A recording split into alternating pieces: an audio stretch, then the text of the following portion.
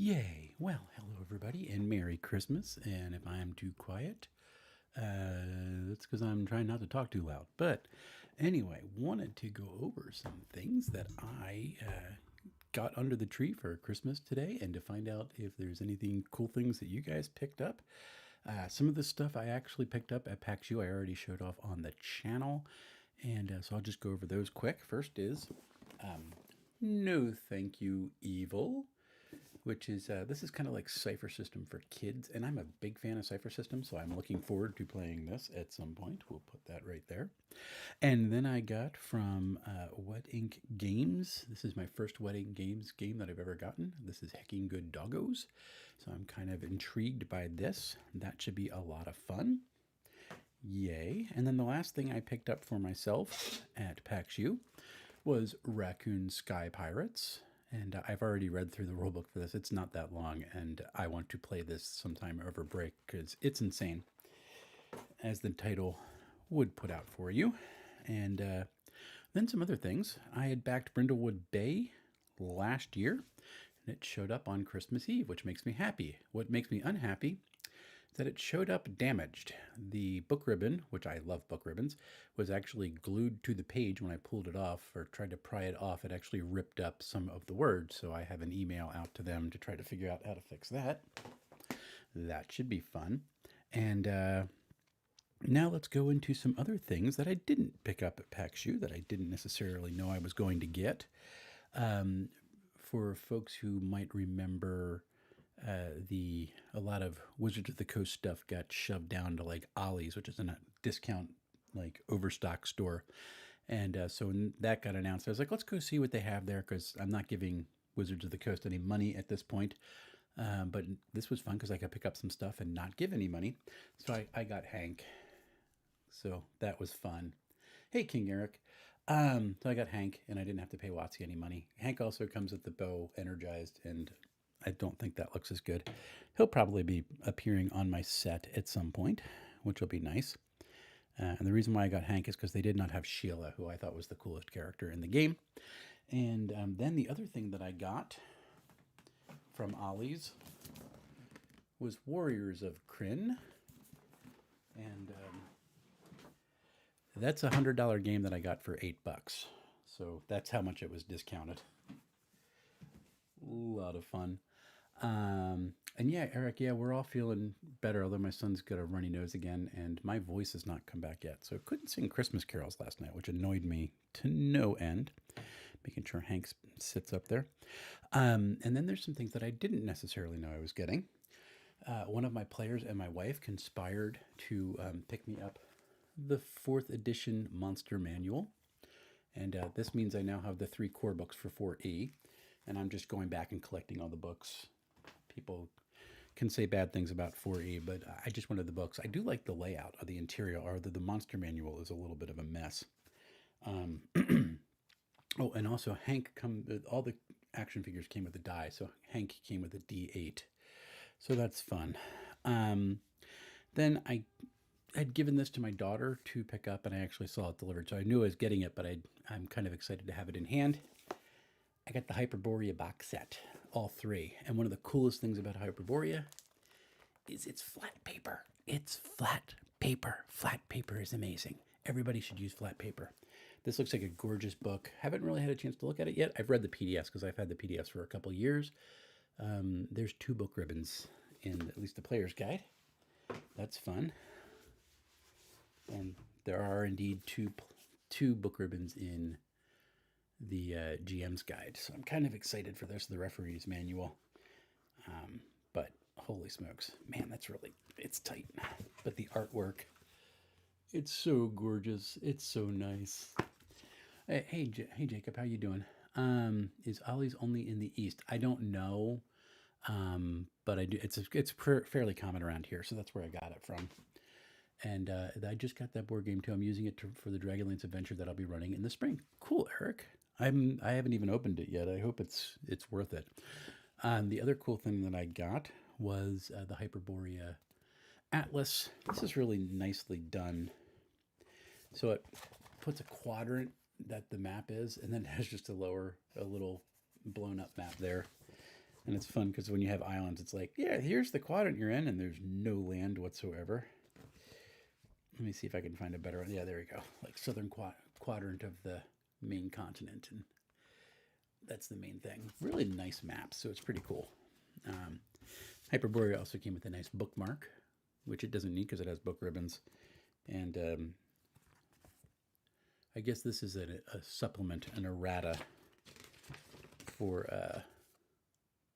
Hyperborea. I'm kind of looking forward to that. About critical misses, so that's kind of nice. Looking forward to really digging into that. I read it a while ago. I've read it a couple times actually. I just haven't had a chance to do a review on it, and that's all the DM stuff that I got. Yeah, the map is really cool, so I'm kind of glad that I got the full package for that. And that'll probably be the last OGL book that I end up buying, because every other game that I play is getting rid of the OGL, and I'm sure Hyperborea will eventually too. They just haven't had a new edition yet. Looking forward. I'm going to try to get the creator of Hyperborea on the channel at some time in 2024. That should be a fun time. But this is my I'm not in my office, and I am out of my normal recording studio, so this is my backup Studio C, which should be fun. And that's really kind of cool. It's not a bad board game. I've played the first two scenarios. It's a mix of big battles and adventure. Battles are secondary to the adventuring. Interesting. Okay, that's about Warriors of Krynn. So I'm interested in playing that at some point. That should be a lot of fun. Other announcements that I got coming up. I have my Candela Obscura review is done. It is in the can. I just have to do the thumbnail and upload it. Looking forward to getting that out there. I'm expecting, just because of the things I've read, I'm expecting that people will probably give me a little bit of yelling at me one way or another. Because apparently if you like Candela Obscura, you're an awful person who is destroying gaming. And if you don't like Hyperborea, well, then you're an awful person who is destroying gaming. I don't understand. I quite fond of Candela Obscura. It's a pretty fun game. I think it would be really good for one-shots. And that's what it's designed for, is for slow arcs. But it'll be interesting to see how people react to it. So that's coming up, and I want to have that up tomorrow. Hi, Dave. How are you? And my family's probably sitting down in the living room right now wondering what on earth I'm doing. So for normal Christmas mornings, we have Christmas Eve. Obviously, at Christmas Eve worship. That went well. I should put a link in the description if anybody ever wants to go see what my crazy church is like, which is very simple. And we do that, come back, get all the presents out and stuff, and chill out. I was exhausted because we had morning worship and evening worship yesterday, so I was really, really tired. And we can just kind of chill. We wake up in the morning and wait for folks to get here and do presents, which is fun. But one of the traditions that we have is, as soon as you get back from Christmas Eve, you put on A Christmas Story. So that was playing. And then the first thing we put on the TV in the morning on Christmas Day after we open presents is A Christmas Story. And today I actually got the sequel. Has anybody seen A Christmas Story Christmas? It's actually really, I thought they did a really good job with it. So we watched that, and then Christmas Vacation is on right now, so that's what we're doing. And then last week we watched Spirited and Elf and 8-Bit Christmas, which are all fun. So we're very Christmas movied up right now. And we'll be doing dinner later, and I'll be watching the Eagles struggle to win a game, which would be nice if they did. I would make me happy. Anyway, that's what I got going on. You guys want to put in the comments anything cool that you've got? That would be it. It's not bad. It's pretty good. Is Christmas Story Christmas? Yeah. So it's pretty fun. But that's all that I got going on. I have a lot of reading to do. Still got Adventurous going. Reading. I am going to read Marvel Multiverse before I get to any of these books, because it's mocking me.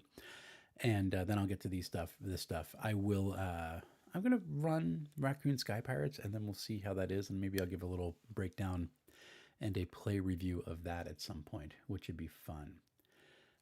There's also the Summer Story, 1984. It's pretty bad. Yeah, I didn't see that one. I'm only counting these two as official.